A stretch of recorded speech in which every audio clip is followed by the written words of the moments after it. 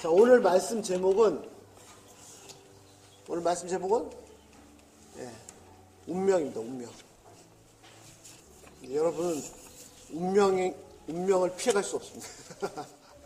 운명입니다. 자, 무슨 운명인지 한번 잘 생각해 보시기 바랍니다. 자, 다음 사진 보여주세요.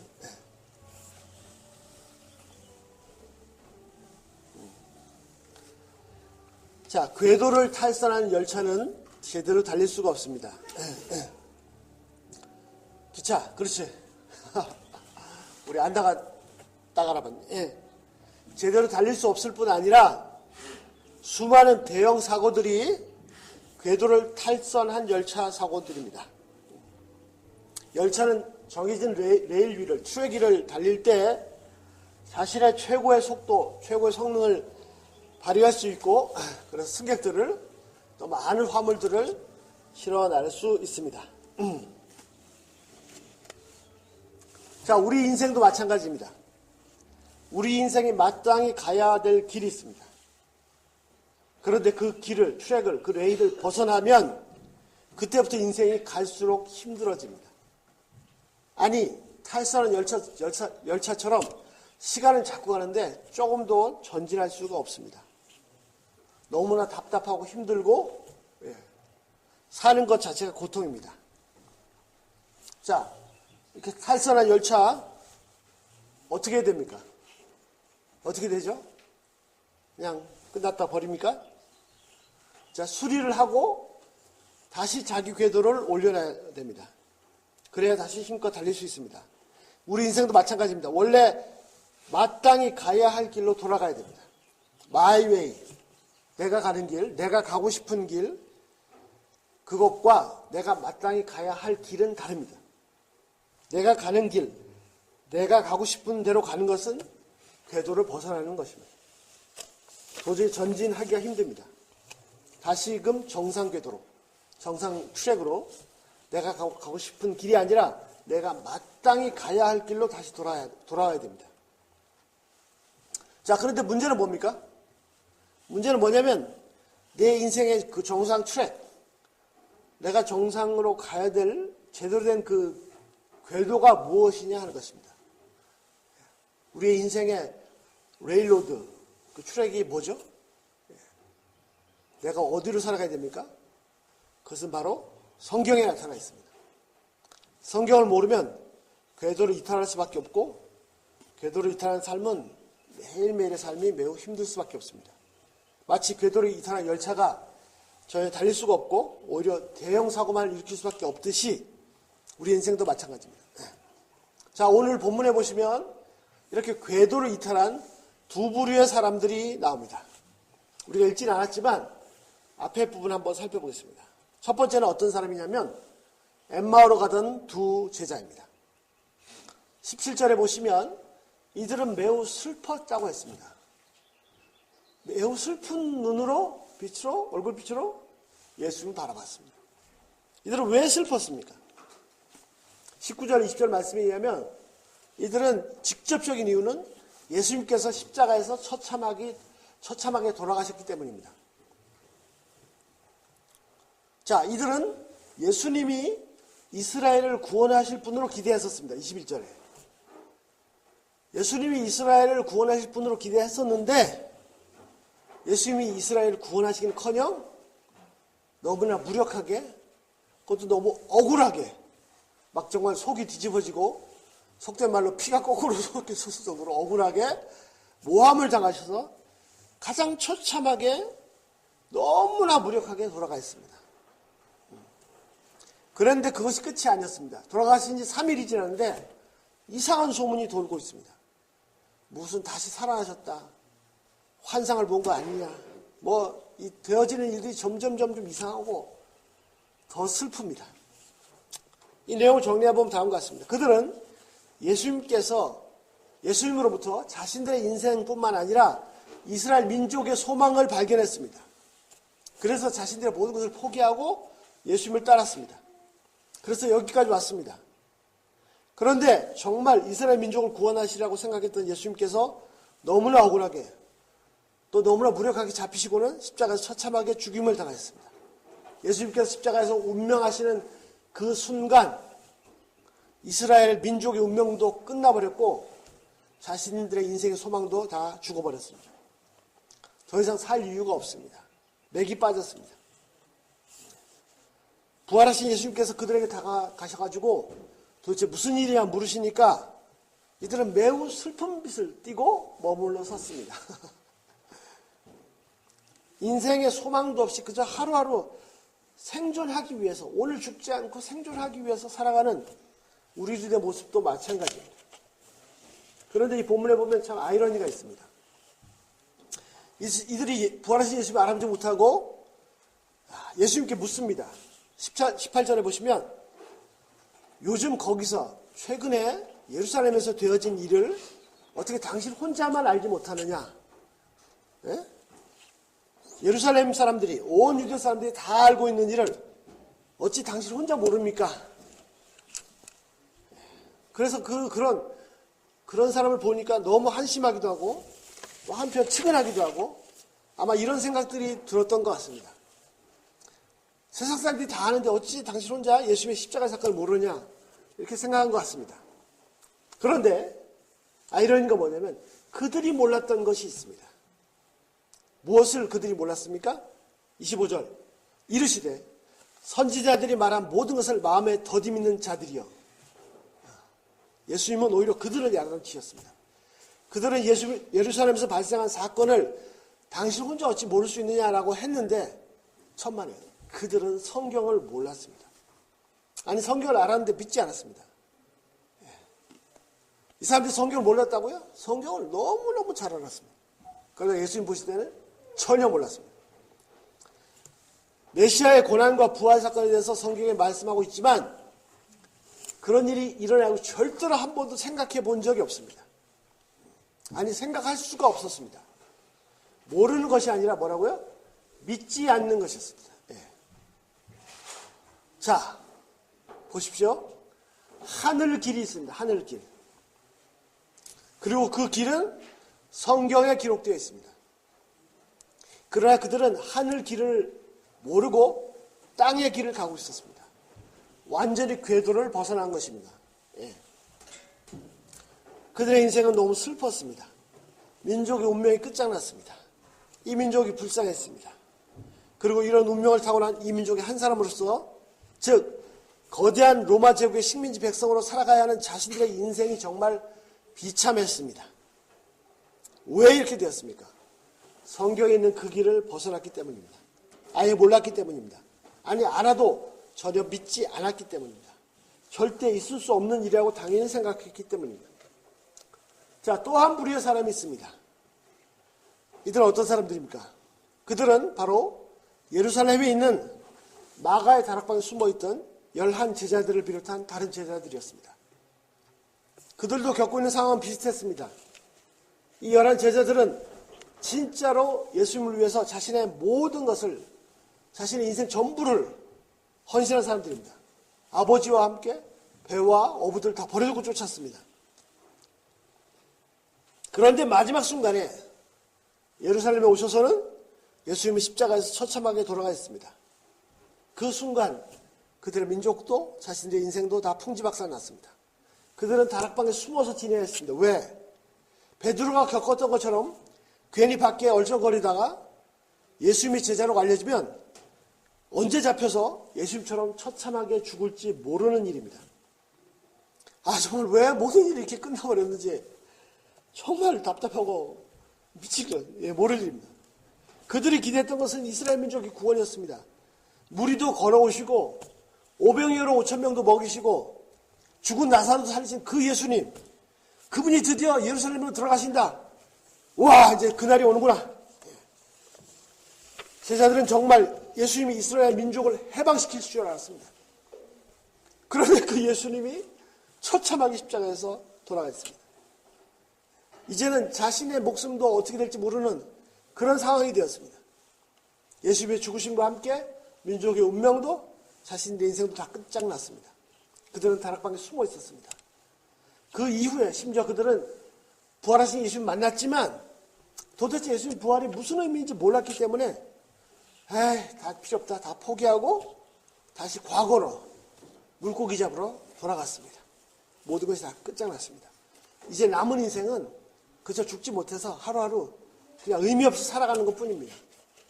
살기 위해 사는 것, 살고 있으니까 그저 사는 것 뿐이지 진짜 사는 것이 아닙니다. 궤도를 이탈한 열차와 마찬가지입니다.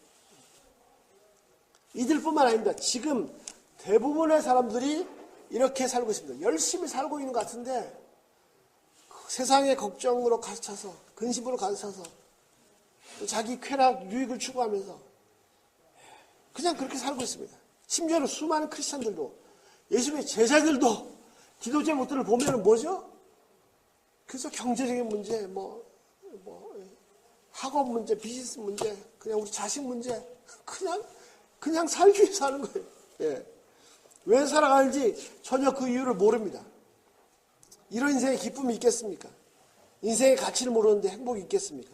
웃어도 웃는 것이 아닙니다. 자, 이제 어떻게 됩니까? 이 열차 어떻게 되죠? 이것이 끝이 아닙니다. 자, 부활하신 예수님께서 오셔서 다시 이들을 정상궤도로 올려주십니다. 탈선할 열차를 다시 정상 레일로 올려주십니다. 땅의 길을 바박바박 기면서 헤매고 있는 그들을 하늘길로 다시 이끌어 주십니다. 정상 궤도로 올라가자 달리기 시작하는데 무섭게 달렸습니다. 그들의 인생이 완전히 바뀌었습니다. 무서워서 벌벌 떨면서 다락방에 숨어있던 자들이 튀쳐나와서 자신들을 죽이려고 하는 자들 향해서 회개하라고 외치고 그래서 한꺼번에 3,000명, 5,000명이 회개하고 하나님께 돌아왔습니다. 이 복음이 폭발해서 온 로마 제국을 뒤집어 엎었습니다. 온 세상을 뒤집어 엎었습니다. 완전히 180도 달라졌습니다. 우리도 마찬가지입니다. 그 똑같은 능력의 복음이 우리에게도 주어졌습니다. 완전히 달라져야 됩니다. 완전히 달라질 것입니다. 당연히. 이 제자들처럼 예수님의 부활하신 예수님을 제대로 만나기만 합니다. 자, 정말로 우리가 예수님의 부활을 제대로 알고 있는 겁니까? 제대로 믿고 있습니까? 아니면 머리로만 알고 전혀 믿지 않고 있는 것은 아닙니까? 자, 도대체 어떻게 달라질 수 있습니까? 도대체 제자들에게 무슨 일이 일어나는 것입니까? 자, 오늘 본문 말씀을 같이 보시겠습니다. 먼저 44절을 보시기 전에 그 전에 25절부터 27절 말씀을 한번 보시겠습니다. 27절부터 25절, 보시죠. 자, 방금 전에 살펴보신 것처럼 25절에서 예수님은 그 두 제자들을 책망하셨습니다. 선지자들의 말한 모든 것을 마음에 더디 믿는 자들이여. 더디 믿는 이 어리석은 놈들아. 그리고 뭐라고 하셨습니까? 26절. 메시아가 고난을 받으시고 그 영광에 들어가야 할 것이 아니냐. 27절. 그리고는 모세와 모든 선지자에게 시작하여 자기 신에 관해서 즉 예수님 메시아에 관한 모든 것을 설명해 주셨습니다. 자, 여기가 중요합니다. 잘 보십시오. 뭐라고 처음 말씀하셨습니까? 선지자들의 말한 모든 것, 그것을 더디 믿는, 아직도 안 믿고 있고. 자, 내용을 정리해 보겠습니다. 먼저는 모세와 27절에 모세와 모든 선지자들에게서 시작해서 설명을 했습니다. 자, 모세와 선지자들은 무엇입니까? 오늘 44절 다시 한번 더 정확히 말씀드리겠지만 모세와 선지자들은 뭐냐면 예수님께서 모세 얘기하시고 엘리야 얘기하시고 이사야 얘기하신 것이 아닙니다. 모세라고 하면은 모세 오경, 토라, 창세기, 출애굽기, 레위기, 민수기, 신명기를 말한 것입니다. 선지자라고 그럼 뭐죠? 선지자의 글, 선지서들을 말한 것입니다.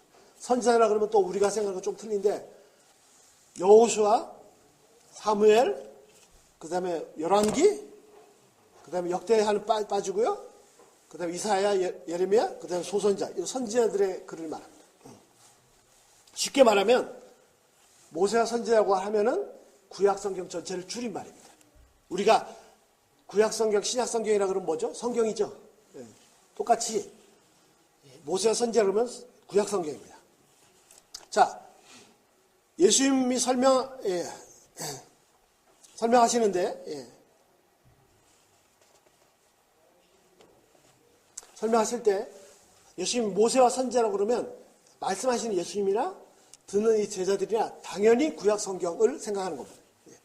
자, 그런데 27절을 다시 한번 잘 보십시오. 21절에 이 구약성경 전체의 주제가 무엇입니까? 구약성경 전체 주제가 뭐죠? 예? 무엇에 관해 설명하고 있습니까? 그렇습니다. 바로 예수님 자신에 대해서 설명하고 있습니다. 놀랍지 않습니까? 구약성경 전체의 주제가 뭐라고요? 예수님입니다. 예수님. 메시아입니다. 메시아. 예, 이 얼마나 충격적인 사실입니까? 얼마나 놀라운 사실입니까? 우리가 구약성경을 읽어왔지만 도대체 무슨 내용을 읽었습니까?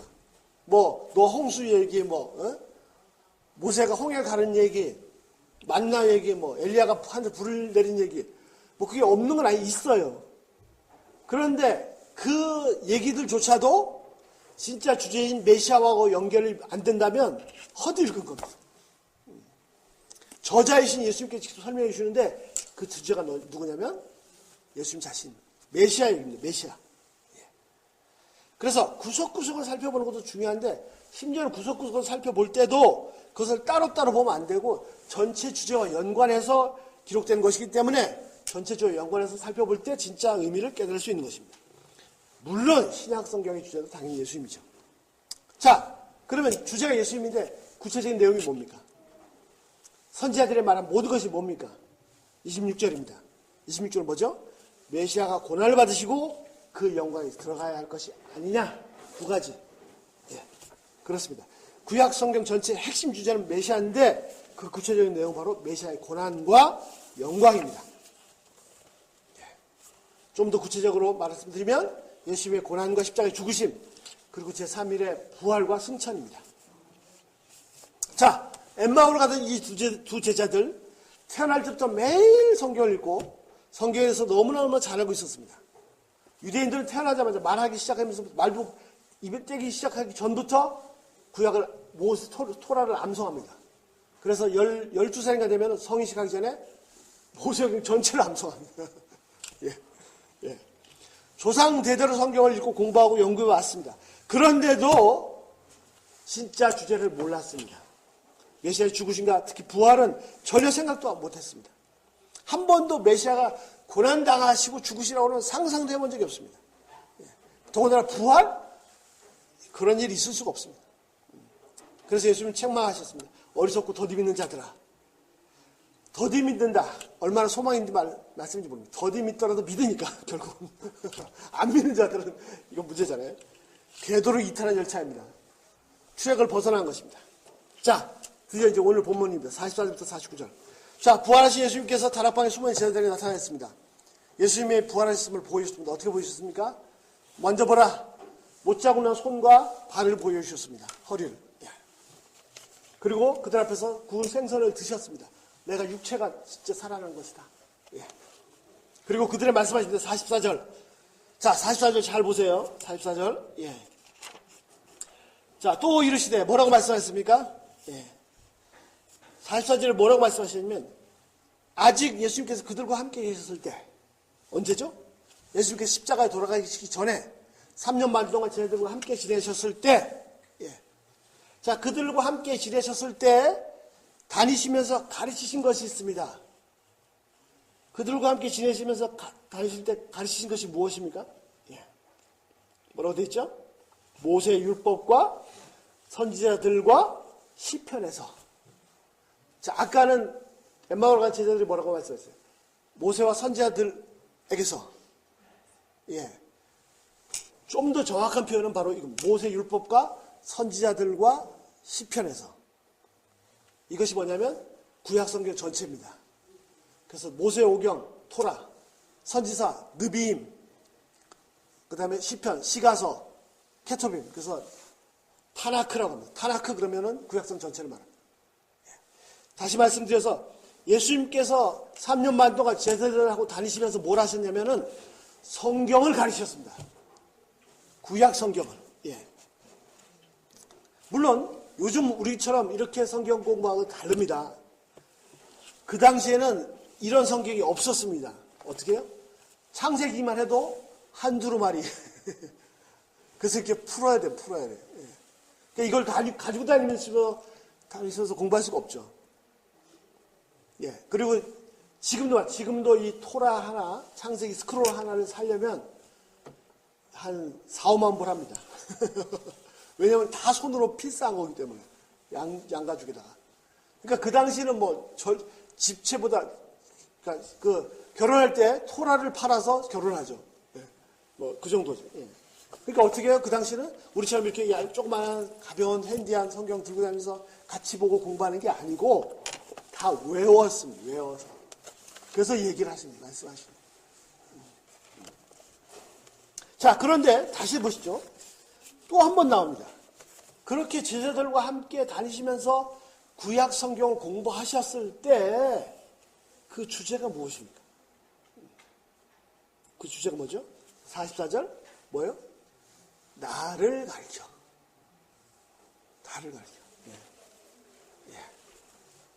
바로 예수님, 바로 메시아입니다. 자, 다시 한번 말합니다. 구약 성경 전체의 주제는 메시아입니다. 메시아를 말하지 않으면 전혀 엉뚱한 소리가 나옵니다. 신약 성경은 당연하죠. 메시아를 전하기 위해서 노아 홍수 얘기, 홍해 가른 얘기, 불이 떨어진 얘기, 만나 이야기, 수많은 이야기들이 있는 것입니다. 자, 그러면 메시아에 대한 구체적인 내용이 뭡니까? 아까 두 가지 말씀하셨죠? 이전에 하나 더 찍어서 더 선명하게 말씀하십니다. 세 가지입니다.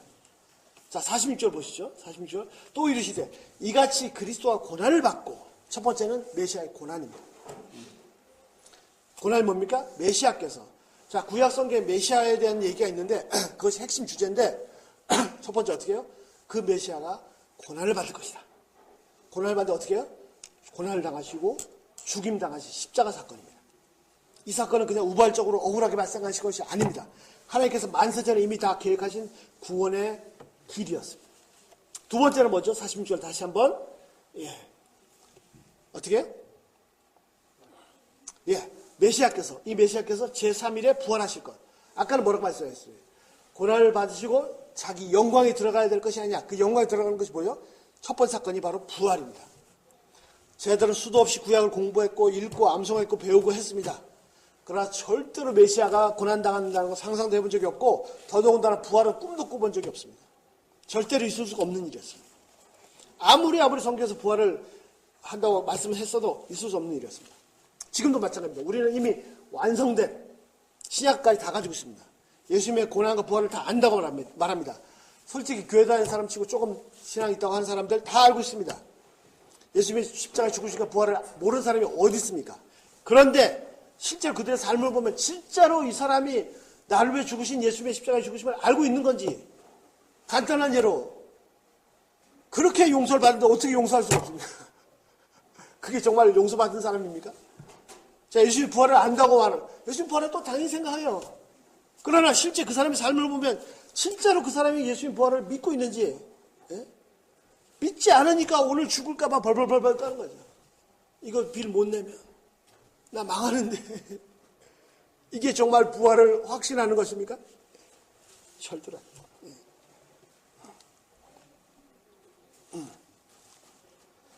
예수님의 부활을 확실히 알고 있다면 어떻게 그렇게 살 수 있습니까? 이것은 절대 예수님의 부활을 믿는 삶이 아닙니다. 어떤 삶인지, 이런 삶이 어떤 삶인지 잠시 살펴보겠습니다. 간단히 말씀드리면 이렇습니다. 예수님의 부활을 확실하게 알게 됐을 때 제 아들이 180도 바뀌었습니다. 전혀 죽음을 두려워하지 않았습니다.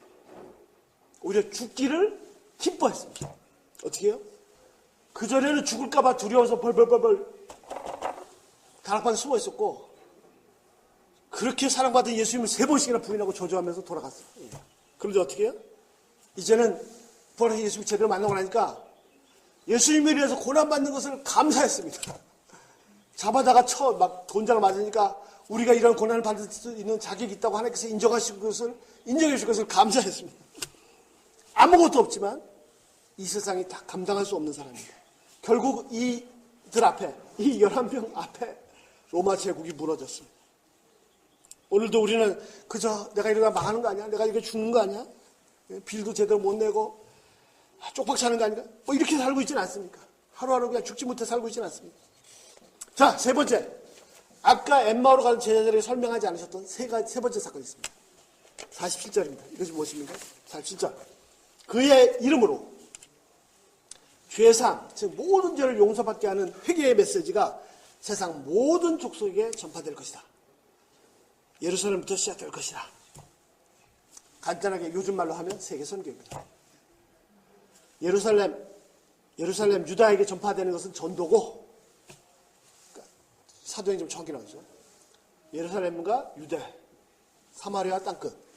자, 이걸 나중에 전문적으로 공부하면 나눌 것입니다. 간단히 소개하면 예루살렘과 유대 같은 문화권에 하는 것 전도입니다. 사마리아 유사 문화권, 땅끝 완전히 다른 문화권, 이건 선교입니다. 다르지 않습니다. 똑같습니다. 복음을 나누는 것입니다. 하여튼 자, 그리고 48절, 바로 이 일에 너희들이 증인이다. 자, 정리하면 이렇습니다. 구약 성경 전체 메시지는 메시아입니다. 그리고 좀 더 구체적인 내용은 딱 세 가지입니다. 뭐죠? 메시아의 고난과 부활. 그리고 이 메시지가 모든 죄인이 용서받았다, 해방되었다, 자유가 왔다, 이 메시지가 예루살렘을 더 폭발을 시작해서 땅까지 전파되고 있습니다. 저도 모르겠습니다. 지금 이 폭발하려고 이 맥시멈 끝에 와 있는 것 같습니다. 다시 한번 폭발하려고. 이것이 희미하게 보입니다. 어느 순간 이게 빵 터질 것입니다.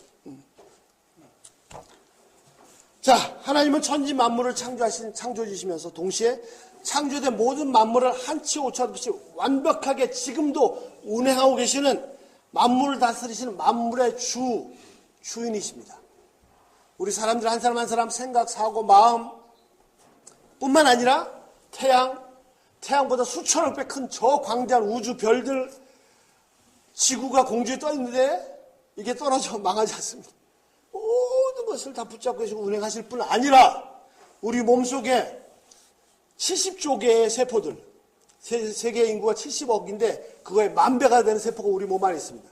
그 세포들 하나하나의 움직임, 세포 안에 있는 원자, 분자, 헤아릴 수 없는 수많은 것들의 움직임을 완벽하게 한치 없이 다 주관하십니다. 만약에 하나도 오차가 생기기 시작하면 병이 나고 죽기 시작합니다. 자, 하나님이 말씀하십니다. 창조 때 말씀하셨습니다. 하나님이 손으로 뭘 하신 것이 아닙니다. 하나님 말씀이 곧 손이고 능력입니다. 빛이 있으시니 빛이 있었습니다. 물과 물로 나뉘라시니 나뉘어졌고 땅이 드러나시니 거대한 육지가 드러났습니다. 하나님의 말씀은 진짜 하나님의 말씀입니다. 하나님의 말씀은 하나님의 말씀이기 때문에 그대로 이루어집니다. 이루어지지 않을 수가 없습니다. 이루어지지 않는 것이 불가능합니다. 차라리 태양이 두 쪽이 나는 게 더 낫죠. 자, 하나님은 가장 중요한 것 딱 세 가지를 말씀하셨습니다. 뭐죠? 바로 그 내용이 구약성경 전체에 깔려 있는데 지금 설명해 주신 것처럼 메시아의 고난과 부활과 땅까지 복음 전파된 세계 선교입니다. 십자가 사건 이전에 예수님은 제 아들과 이 내용을 공부하였습니다. 가르치셨습니다. 그러나 그 당시에는 이 세 가지가 다 하나도 이루어지지 않았습니다. 비록 말씀하셨지만, 하나님 말씀하셨지만. 그런데 지금 누가복음 24장에서는 두 가지가 이루어졌습니다. 죽으심과 부활이 이루어졌습니다. 그리고 24장 이 순간에 한 가지가 남았어요. 이 두 가지가 이루어진 것처럼, 아니 빛이 있으라시니 빛이 있을 수밖에 없었고 땅이 드러나시니 땅이 있을 수밖에 없었던 것처럼 그분이 말씀하시면 다 그대로 될 수밖에 없는데, 그래서 예수님 당시에 세 가지 중에 두 가지가 이미 이루어졌는데 이제 마지막 한 가지가 남았는데 이 한 가지도 하나님의 말씀이기 때문에 반드시 그대로 다 이루어질 수밖에 없는 것입니다. 이것이 안 이루어지는 것이 불가능하고, 이것이 안 이루어지는 것이 이상. 오히려 이것이 안 이루어지는 것보다 아까 말씀드린 태양이 두 쪽을 하고 우주가 깨지는 게 더 쉽습니다. 하나님의 계획은 절대로 바뀔 수가 없습니다. 그리고 이제 2000년이 흘렀습니다.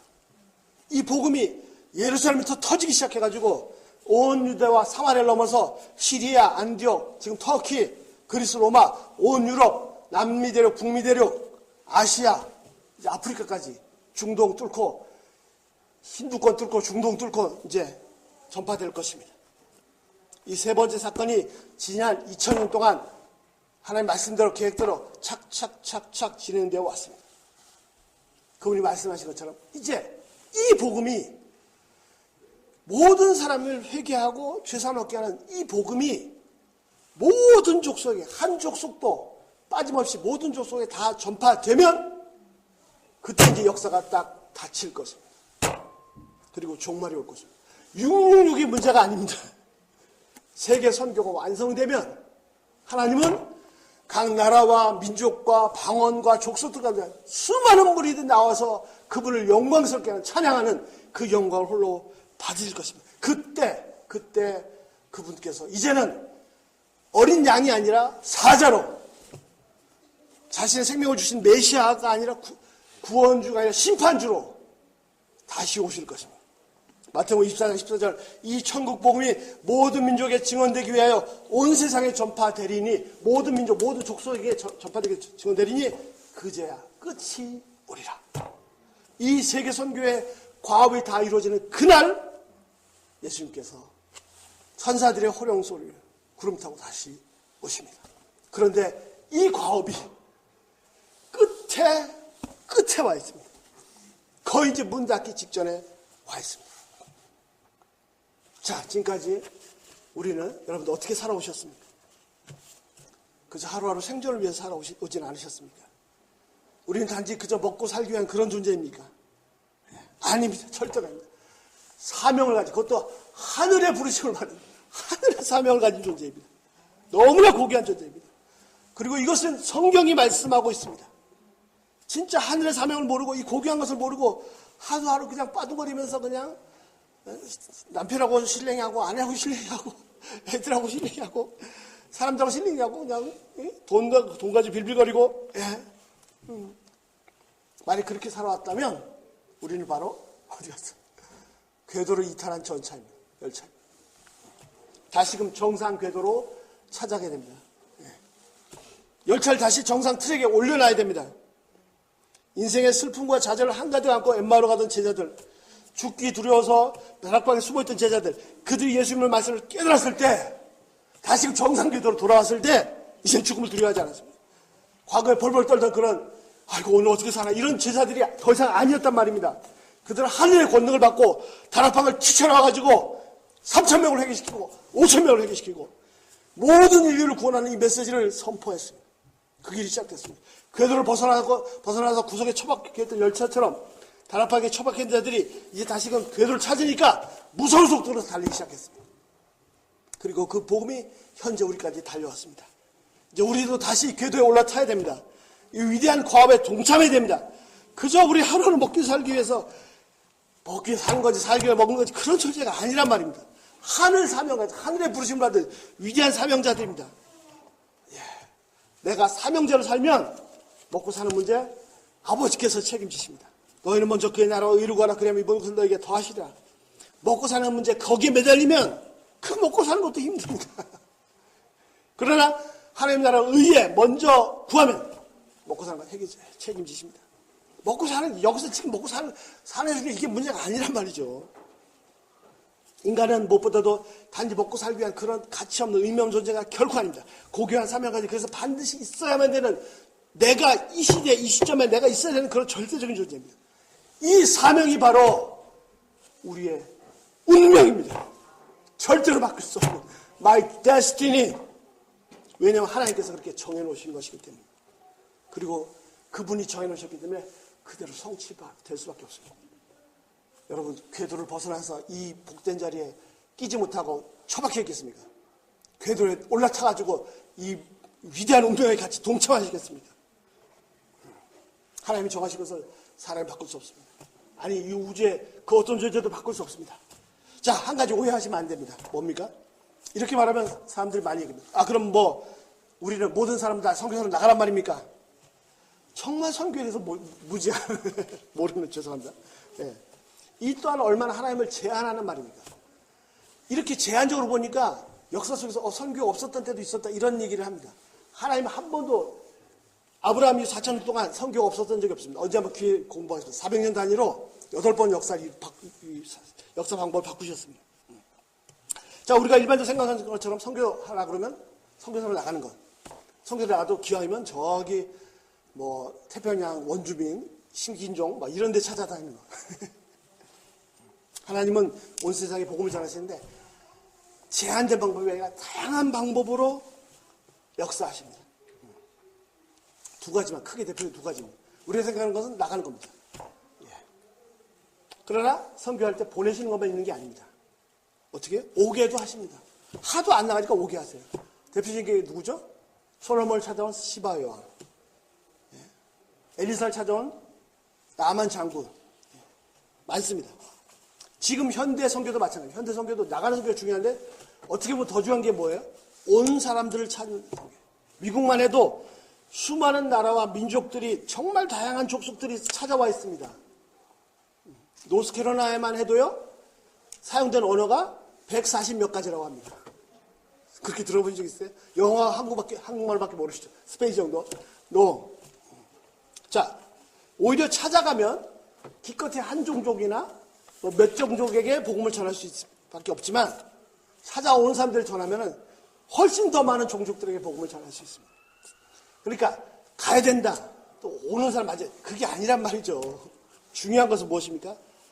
자, 내가 신학을 하고 목사가 되고 선교사가 되고 그래서 땅 끝까지 선교를 족속 찾아가는 거 중요합니다. 그거 가치 있는 일입니다.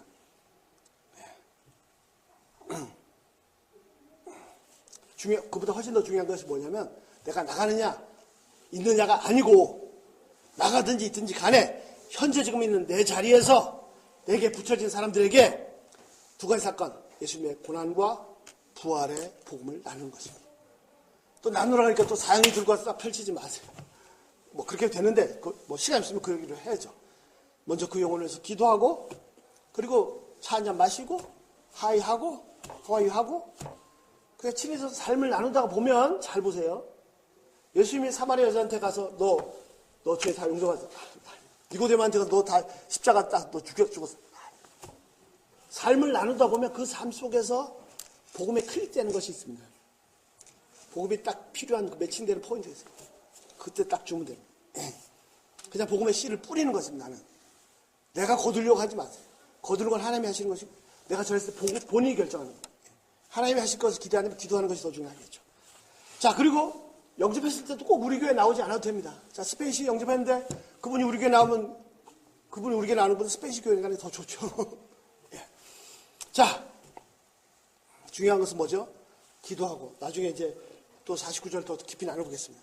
기도하고 성령의 능력을 더 짓고 이 죄사함 회개의 복음, 예수님의 고난과 부활의 복음을 나누는 것입니다. 평소에 이렇게 전도, 나누는 삶을 사는 사람이 다른 나라 가도 전하지 여기서 전하지 않는 사람이 선교사가 되면 전합니까? 물론 그럴 수 있겠죠. 예.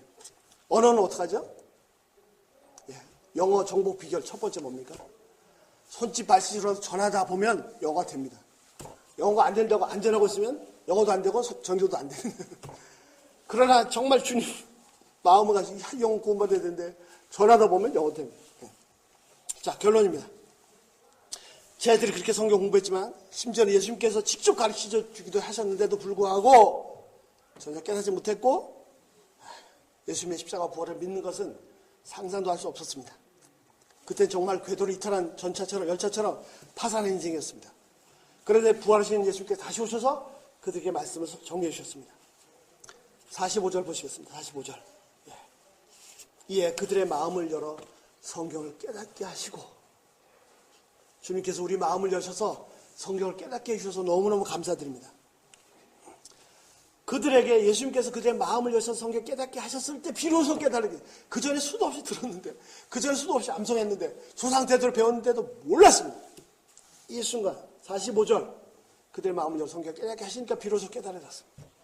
그리고 완전히 바꿨습니다. 겁쟁이에서 위대한 선교의 마지막 위대한 과업을 완수하는 사도로 바뀌었습니다.